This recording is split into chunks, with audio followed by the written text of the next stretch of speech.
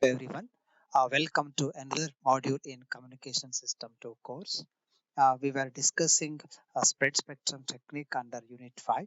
In particularly, we were discussing pseudo noise sequence in the last video lecture. By far, the most widely known binary PN sequences are the maximum length shift register sequences introduced in the last video in the context of coding. A maximum length shift register sequence, or M sequence for short, has a length capital N is equal to 2 power m minus 1 bits and is generated by an M stage shift register with linear feedback as illustrated in general in this block diagram. The sequence is periodic with period capital N. Each period of the sequence contains 2 power m minus 1 ones and 2 power m minus 1 zeros. Number of ones is one more than number of zeros in each period of the sequence that we discussed in the last video lecture. In direct sequence spectrum applications, the binary sequence with elements 0, 1 is mapped into a corresponding sequence of positive and negative pulses according to the relation Pi of t equals 2Bi minus 1 times P of t minus It, where P of t is the pulse corresponding to the element Bi in the sequence with elements 0, 1. Equivalently, we may say that the binary sequence with element 0, 1 is mapped into a corresponding binary sequence with elements minus 1, 1. For Bi 0, the amplitude of the pulse is minus 1, and for Bi is equal to 1, the amplitude of the pulse is plus 1. We shall call the equivalent function equivalent sequence with elements minus 1, 1 as a bipolar sequence, since it results in pulses of positive and negative amplitudes. An important characteristic of a periodic PN sequence is its periodic autocorrelation function, which is usually defined in terms of the bipolar sequence as R of j is equal to summation 1 to capital N in a period N 2bi minus 1 times 2bi plus j minus 1. So this is one of the most generic expression of autocorrelation function in case of binary valued sequences, where j is the indicator where two sequences are separated by a time sequence of j, where j definitely falls within the period, where capital N is a period. So clearly we can see that R of j is a periodic function, where R of j plus any integer multiple of the period will give you R of j itself, and hence autocorrelation function is periodic for any integer R and is binary valued with values minus 1 and 1. So in continuation with the last video lecture, correlation property of maximum length sequences is periodic and it's binary valued. Ideally, a pseudo-random sequence should have an autocorrelation function with the property that R of 0 is equal to capital N and R of j is equal to 0. This means that it should have a strong autocorrelation but should not have any cross correlation. So the correlation between two random sequences should be exactly 0, then only the sequence can become random. In the case of M sequences, the periodic autocorrelation function can be computed as R of j is equal to capital N for j is equal to 0. So good autocorrelation property, and it's minus 1 for j not equal to 0. So there is a problem with respect to a property of purely random sequences. For R of j, for j not equal to 0 should have been 0, but it's giving us a non-zero value. So this comes from the fact that the product of two different sequences, either it is plus 1 or minus 1, the product, if it is not equal to each other, summation over a period will result in a non-zero value.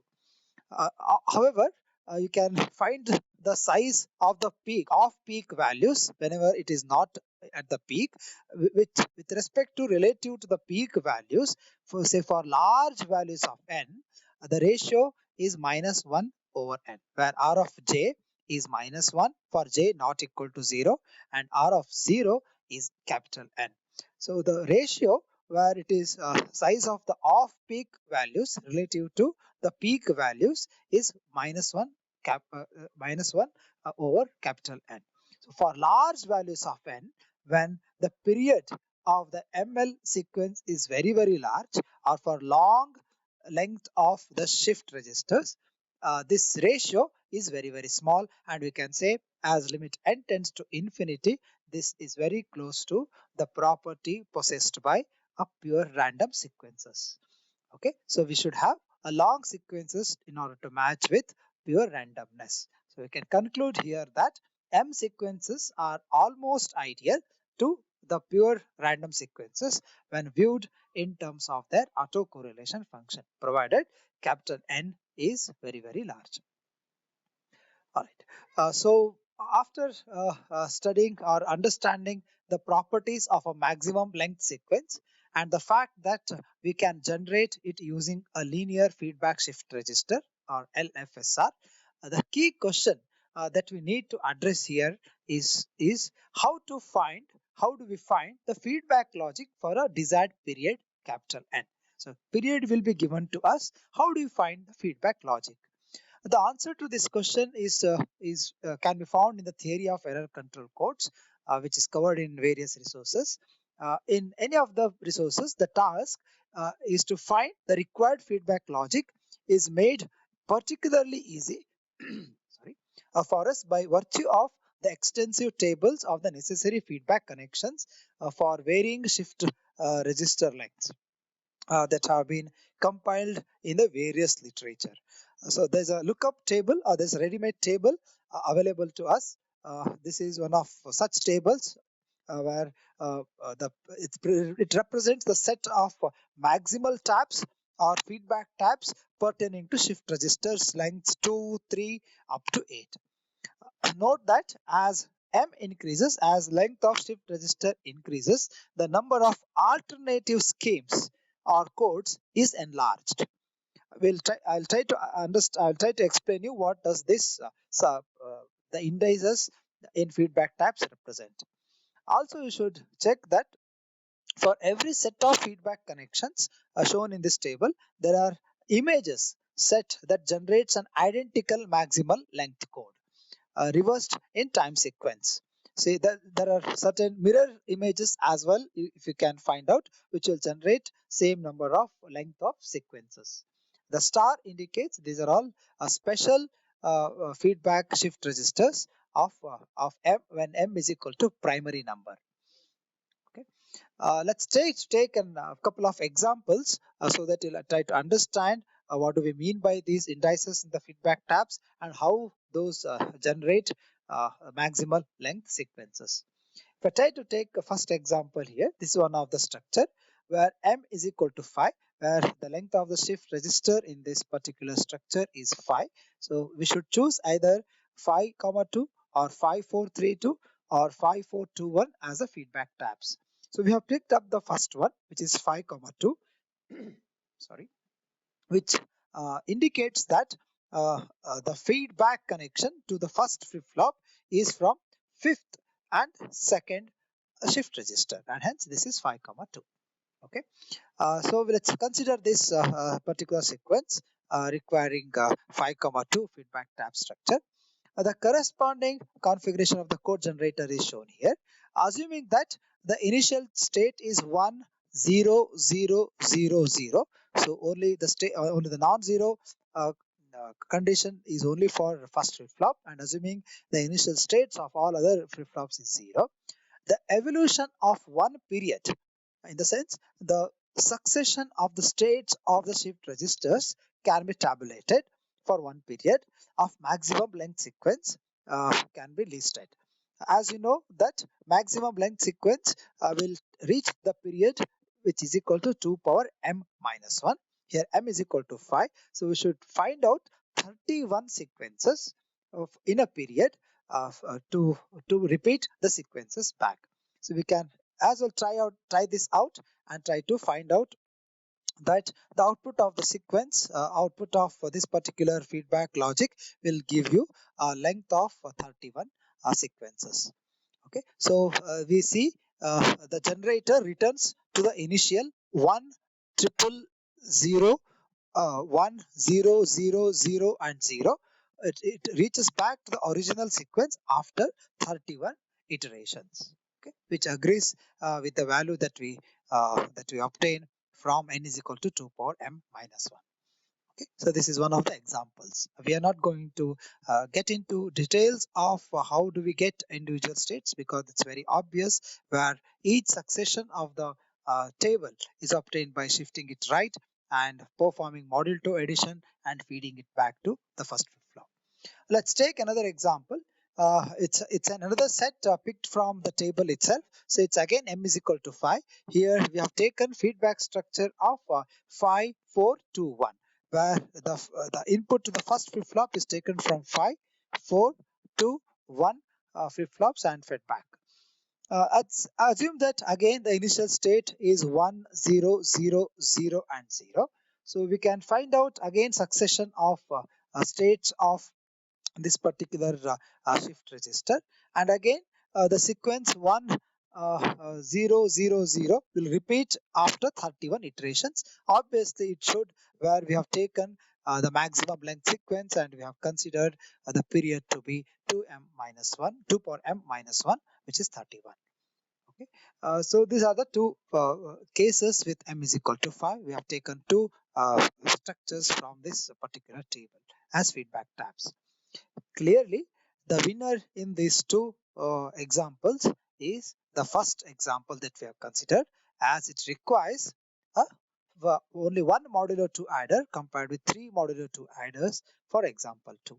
And hence, if you want to implement with fewer hardware or with a lower complexity for same length of sequences for the same period, you can choose 5, 2 as a feedback tab as a structure for m is equal to 5. So it depends on the complexity involved in the hardware. You can choose any of the structure from this ready-made table, which is dealt in detail in several literatures. Okay. This is how you will be going to choose maximum length sequence based on the period capital N. So if you know capital N, if you know the shift register, if you know capital N, you can find out what is the shift register length. If you know shift register length, we can pick the structure of the feedback shift register from one of these. Okay.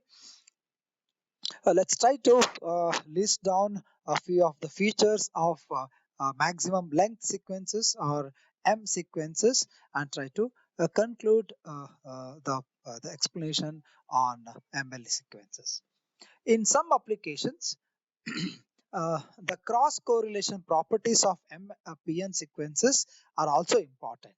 We know that ML sequences possess very good autocorrelation property, and it's definitely a need for ranging applications. In case of radar applications, where we transmit a pseudo-random sequence to find out or identify the target, and with the returning of the signal, we try to find the correlation between the same signal with a delayed version of it and try to find the autocorrelation between such two signals. And if they possess good autocorrelation, then definitely it's one of the need for radar applications. However, in few applications like CDMA, good cross correlation properties of PN sequences are desired. But we know that ML sequences do not possess so good cross correlation property.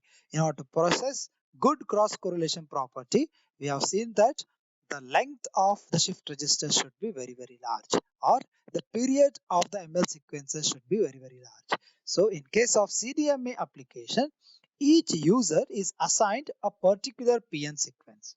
Ideally, the PN sequences among users should be mutually orthogonal so that the level of interference experienced by any user from transmissions of other users adds on a power basis. However, the PN sequences used in practice exhibit some correlation. This particular table lists for different values of M what is the peak cross correlation and with its normalized value. As you can see, R max, which is the peak value, normalized with R of 0, which is autocorrelation value, which keeps on decreasing, of course, but it also has a greater value than its predecessor for certain cases. So in case of M is equal to 10, as you can see, the normalized cross correlation is around 0.37. It reduces to 0.14 for M is equal to 11, and it increases again for M is equal to 12. And hence the 0.34 for as much as 4095 period of ML sequences, you don't have zero cross correlation. So its 0.34 is pretty large and may not be suitable for CDMA applications. And hence ML sequences are not so good with their cross correlation property. Sorry.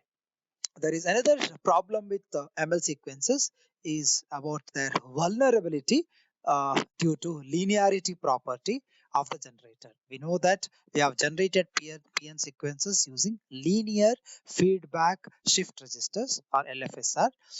This vulnerable of the PN sequence is a very huge problem with anti-jamming applications. We'll try to explain a little bit more about that. By delaying the received DSSS, which is direct sequence spectrum signal, which majorly employs ML sequence generator as it's a pseudo random noise generator, and multiplying the DSSS signal by itself, then reprocessing the power spectrum thus obtained, the period of long PN sequences can easily obtained. A spectrum analyzer, as shown in this picture, is one of such devices which can capture RF signals through the antenna and display the power spectrum. These devices are available as handheld as well at a price of around say 5 lakh rupees. With such equipment, we can analyze the power spectrum and can determine the period. Okay, and it resembles something like this that we have obtained as power spectrum for ML sequences. So once you can plot or once you can obtain such waveforms in such equipments, you can easily find out the separation between these delta functions. If you can find out the period capital N with that separation, we can find small m because n is equal to 2 power m minus 1. So with the knowledge of capital N, we can find out small m, which is the number of shift registers used in the generation of PN sequence. By knowing the length of shift register, and we know this is a tabulated data which is readily available, with known value of small m, which is the number of shift registers used in the generation, we can guess the feedback tabs from the table.